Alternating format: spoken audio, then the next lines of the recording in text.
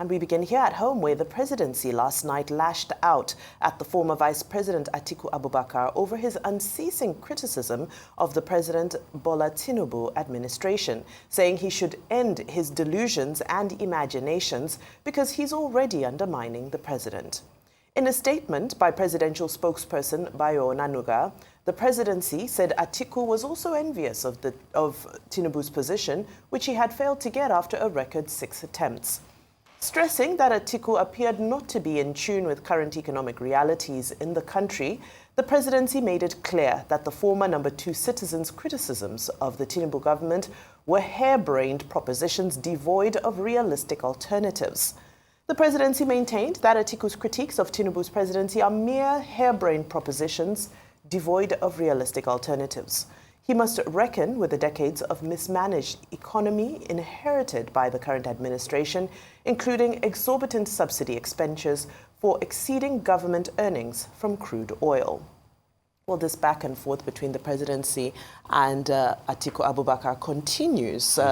Rufai, your take on the latest addition to this ongoing saga? So my take on the latest edition of this, Atiku has every right to criticize the government, number one. And Bayo Onanuga should stop throwing the shade off. It's because he couldn't win elections and all of that. No, that's not what we're talking about. We're talking about a government that has bastardized the lives of the people. Mr. Bayo Onanuga was talking about and responding to Atiku Abubakar by saying the refinery Atiku said he was going to sell, that they had said those refineries were already scrap value. But can't Mr. Bayo Onanuga tell us the over 2 billion we've spent on Port Harcourt refinery, they said was going to be ready in August. Where is the refinery today? This government is spending recklessly. Again, they say they want to earmark 5 billion for the vice president's place in Lagos. They have spent 21 billion for the vice president's place in Abuja, so close to 30 billion. And when people are suffering, you've not been able to move the economy forward. You took 2 disastrous decisions. In fact, President Tinubu himself have come out to say he didn't listen to his advisors when they say he should not have now subsidy gone. For a whole year, they lied to Nigerians that they were not paying subsidy. Recently, the NNPC came out, they were still paying over 100 naira in subsidy. And Mr. Bayo Onanuga said 5.4 trillion subsidy savings. Where is the money? You should bring the money. Is it for the subsidy they still paid till what time? You remember the financial reports, a report that they released that they finally withdrew, where they themselves shot themselves in the foot that they released that they were paying 5.something trillion in subsidy. So you see, there's a lot of lack of transparency in this administration. And when Atiku pointed out, you are abusing him, you are saying corruption and all of that. If you want to go the path of corruption, all politicians have gone the path of corruption. Is it not in this country we have somebody that said releasing his academic records will dampen his prospects? Is it not in this same country we have somebody that the school he claimed he went to, the school had not started when he graduated from there? We are saying let's fix the problems on ground. And what are the solutions? Number one, you need to listen to the people. Some people have brought forward the idea of a face remover. Anyway, that's all gone now. But how are you going to cushion the effect on the people? The CNG program, there's not been full adoption yet. So people are still buying fuel for over 1,000, which is increasing inflation and increasing everything. So what buffers are you going to give? That's number one solution. How are you going to help manufacturers? You remove all the subsidies on energy and all of that. Manufacturers are reeling, they can't produce. How are you going to get them to produce? How are you going to incentivize farmers by fixing the security problem? Now we have Lakurawa, a new group now that has been killing people. Hope it's not going to escalate even more than Boko Haram. The mining sector. How are you going to liberalize the mining sector? You should be able to tell Mr. Adelalake to make billions to be able to add to our budget lines. How has money been spent? What are the priorities for development? You fail on all of that. The next thing you are doing a coastal road, destroying already pre-existing businesses for money we don't have. People cannot get on in this country. People are leaving because the economy is dire. These are the things you should focus on facing. Atiku is not your problem. Mounting debt. I know the next thing you're going to say, the debt service ratio has reduced. Yes. But the debt has increased. And if they want to play the game of idiocy, They say, oh, in dollar terms, the debt has not released. It has not increased in dollar terms because of the devaluation of the currency of the naira. Despite the fact that the CBN announced that over $20,000 we sold to BDCs per day. Today, we've not had a way forward on the naira. It still keeps getting down. Bismarck Rewani was saying the other day that it's still highly in danger territory. Fitch made a projection that by 2028 it can hit close to 2,000 naira. I mean, these are the problems of ground. This economy lacks fecundity. And how can you bring it back? Investing heavily in manufacturing, investing heavily in service sector, investing heavily in mineral resource sector, and other sectors that can push the economy up. Tech. Not coming here to do political brickbat and abuses every day for people that used to be in the same camp before. When Atiku ran for president, not be Tinubu supporter in the end. Dr. Abati. Okay, I'll just state some of the rules of the engagement. Some of the rules that I think that, get lost in translation with the Tinubu administration. And it is as follows. Mr. Bayo Ononuga's basic premise is that former Vice President Atiku Abubakar is undermining the Tinubu administration with what he calls his harebrained criticisms, unceasing criticisms, and what he considers to be his flight of fantasies and a sense of entitlement, and he does not offer any alternatives. A man who, in his reckoning, I guess that's the fact also, has lost election 6 times. So he says that Atiku Abubakar is speaking out of envy and is trying to undermine the president. And he wants him to cease and desist with his harebrained contributions. Okay, please. Atiku Abubakar lost the election in the 2023 general elections. He is now in the opposition. He is leader of the biggest opposition party in Nigeria. Does Mr. Bayo Ononuga legitimately expect that the opposition will praise the government that won the election? He will say, Atiku says Tinubu stole the election. Okay, what do you expect him to say? That's number one. Take the United Kingdom. The moment Kemi Badenoch became leader of the Tories, excuse me, the first Prime Minister's question time that she attended last Wednesday as leader of the Tories, she didn't give Kestama a quarter. She kept criticizing him, on several issues that is congratulating Trump was even hypocritical. After all, Labour Party sent 100 supporters, agents, including the chief of campaign operations of the Labour Party to the United States. That is the way it is. A party that loses the election, a leader that loses the election, is not going to come and sing your praises. That's number one. Number two is that he says he's undermining President Tinubu. Okay, how does he undermine President Tinubu? For expressing an opinion? It doesn't matter whatever you think of the opinion. We express opinion every day on this table. We say critical things. Even, other people, persons that may be considered ordinary in Nigeria, complain about the pump price of fuel. They complain about the cost of transportation. They complain about forex because when their relatives who are abroad send them forex, they get a lower value for it. These are the things that are in your face that everybody is talking about. You don't undermine the president of Nigeria by expressing an opinion. And the last time I checked, Atiku Abubakar still has rights under the Constitution of Nigeria to express himself. His wives go to the market. He has quite a collection. His children also go to the market and they come back home and report to him. So he has the benefit of personal experience and the evidence of his eyes to be able to make an assessment. So I think it's like going over the board to say, he's trying to undermine the president. if indeed Mr. Ononuga has specific evidence as to how he's undermining the president, let him come forward with the evidence, and then we would consider it.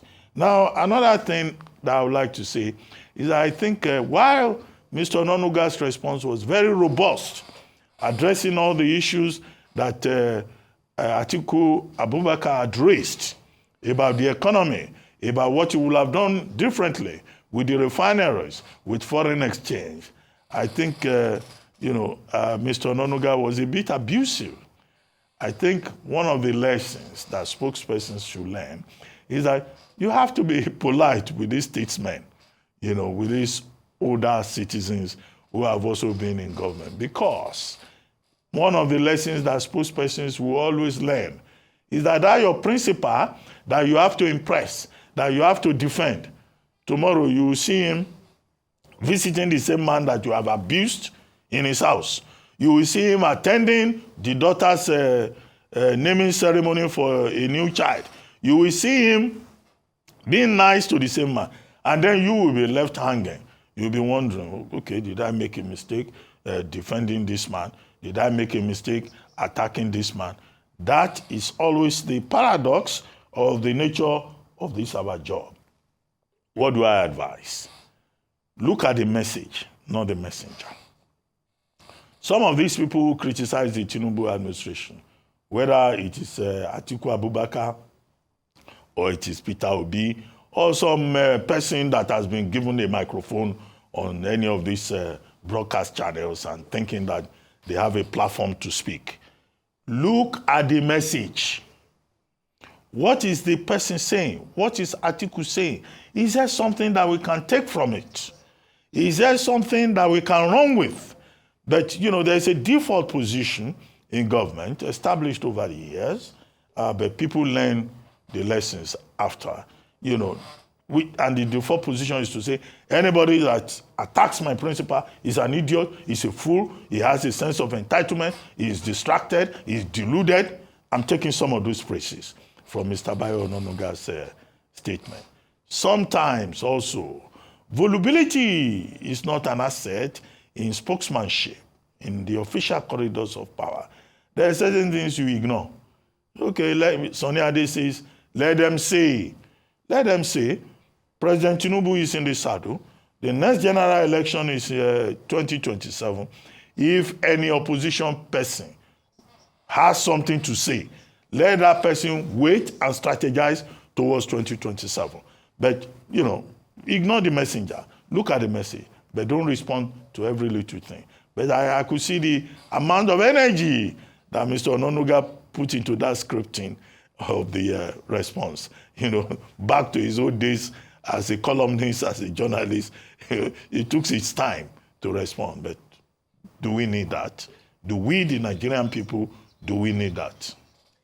I think Dr. Abasi and I think of very similar lines this morning, because when I saw this response, I believe it was released yesterday and it has made headlines today, the first thing that came to mind is maybe the debate for those advocating for a parliamentary system of governance here in Nigeria is not so far-fetched, because we seem to enjoy this very heated and robust engagement. It would be fantastic to see it happening on the floor of the parliament, on the floor of the National Assembly. It would be fantastic to see the president taking questions from members of parliament, from senators, and engaging and answering directly and having that back and forth, just as Dr. Abati alluded to, which happens regularly at the PMQ in the United Kingdom, but it's also not a far-fetched idea here in Africa. South African President Cyril Ramaphosa, well, currently Cyril Ramaphosa, takes questions from the floor regularly. He's a regular attendee of National Assembly sessions. William Ruto in Kenya also takes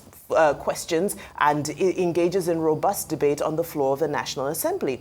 So my thought is that if there's so many wonderful ideas that are being brought to the table, then maybe it's time for us to create a system that allows a platform where we can have a very healthy back and forth that all citizens can engage in and witness in real time. I think that's the only solution, because it seems that both the opposition and the administration in in government at the moment both enjoy a healthy debate. So why don't we knock it out on the floor of the parliament?